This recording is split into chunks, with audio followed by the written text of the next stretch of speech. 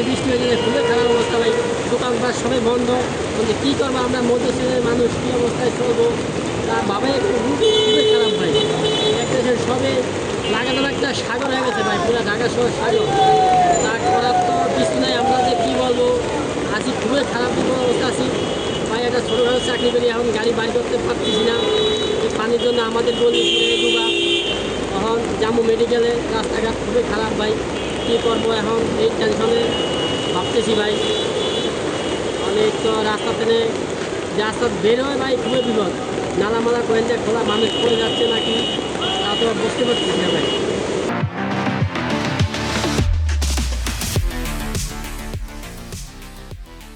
এই জন্য রাস্তাঘাট পুরে ভাই পদ্মা নদীর মতনই ভাই, দেখেন কী অবস্থা ভাই, পুরে খারাপ।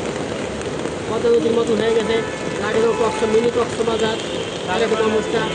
নৌকা পরে নৌকায় চলবে, ধরতে গেলে নৌকা যদি এরকম আরও দু একদিন থাকে ভাই, তাহলে তো সবাই ঢাকার সবাই দেওয়া যেতেছে পুরা নিচতলে পানি উঠে দেবে বেশিরভাগই ভাই পুরা।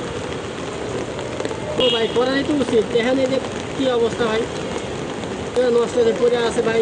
মানুষ তো বিপদে পড়ছে গাড়ি ঘোড়া নিয়ে। মানুষের ভোগান্তি কেমন হচ্ছে? ভোগান্তি তো খুবই খারাপ, মানুষ তো বেরিয়ে পারছে না।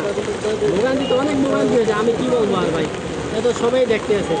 এই পানি কি শুধু এই রাস্তাতেই না আরো বিভিন্ন না, না, রাস্তা? পুরো ঢাকা শহরে তো পানি, পুরো ঢাকা শহরে পানি ভাই, পুরো ঢাকা শহরে পানি, পুরো ঢাকা শহরে পানি।